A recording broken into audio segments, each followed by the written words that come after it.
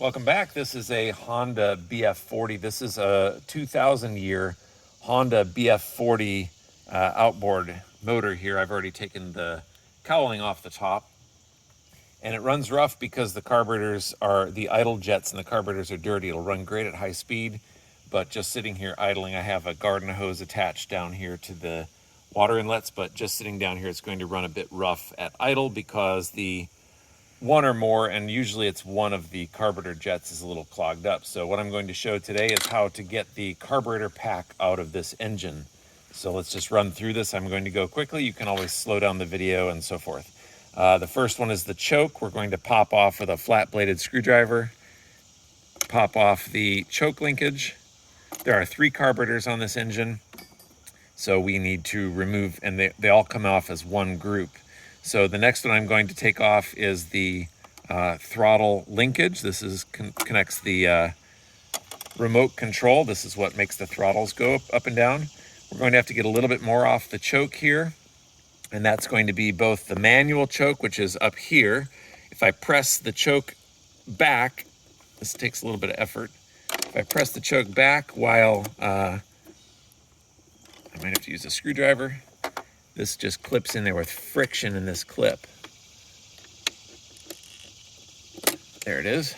So it slides out of that one, and then it comes out of the arm, the actuator over here. And then the other one that's going to have to come out also is the electric choke, which is hard to see. It's this white-ish clip down here. And it is, I'm pressed down on this. It just pinches around the rod, and then the rod goes in the hole at the end. So it's really tough to see, and maybe we'll show it when we're all done here. So that's going to be good enough for now. Now we have to go through well, I guess we'll take off the fuel lines and stuff.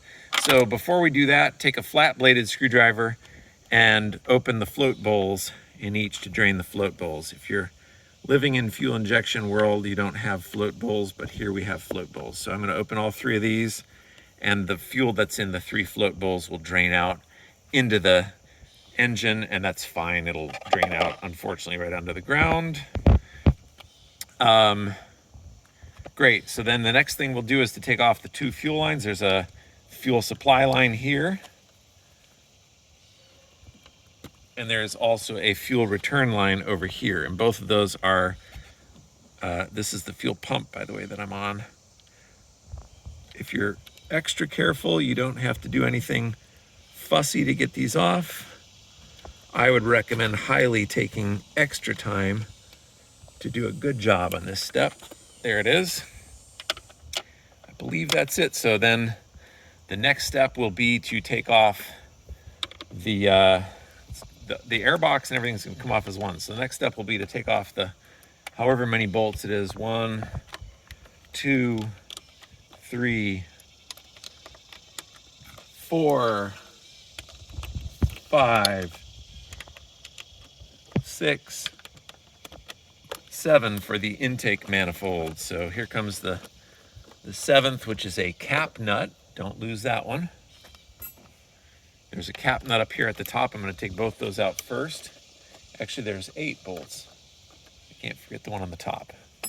There's one more up here that holds this breather hose that also ties into the intake manifold. So we're going to pull that off. I'll leave the clip on the intake, on the breather hose rather. There is a washer here you don't want to forget. So we'll leave that. I already took off the cap nuts, so we're good there.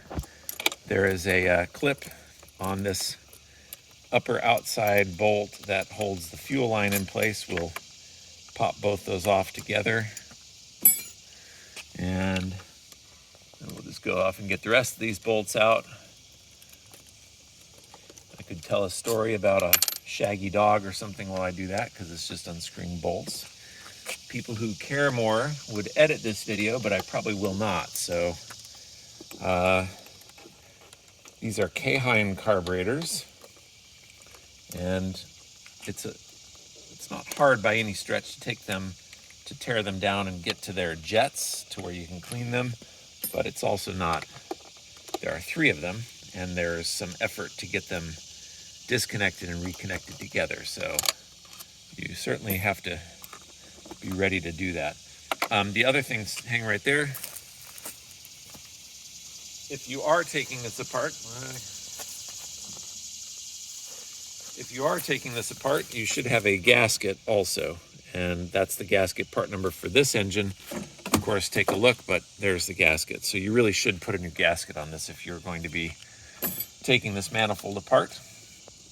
The gasket not only seals the intake air, but it also seals the water that cools the intake manifold. So if you don't put a gasket in, you run the high risk of water leakage up here, which would be, I mean, obviously you're out in the lake or ocean, so it's not that big of a deal, but you just don't want water pouring out inside your engine.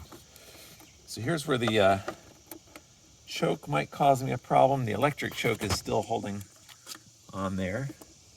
What I usually do on this is take a 10 millimeter, and unfortunately, I loosen this one up and take it off, which is a bit messy, but I take off this choke arm. So when I get this out, I might see if there's an easier way to do that going forward.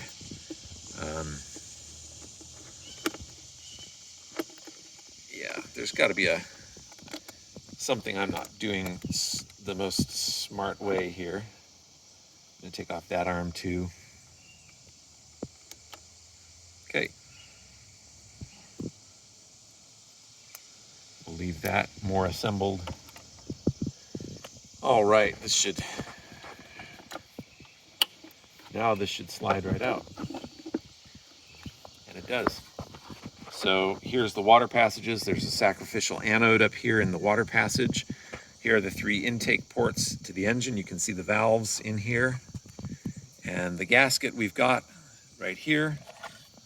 This right here is the correct gasket for that. Clean that surface up. And then here are the 3 carbs. And we're going to, in the next video, take this carb stack apart and take each of the carbs apart, and we'll find the jets out of there, and we'll get them in the ultrasonic cleaner, get these carbs cleaned up, put it back together, and she will run as good as new. This is just a beautiful engine. Thanks for watching.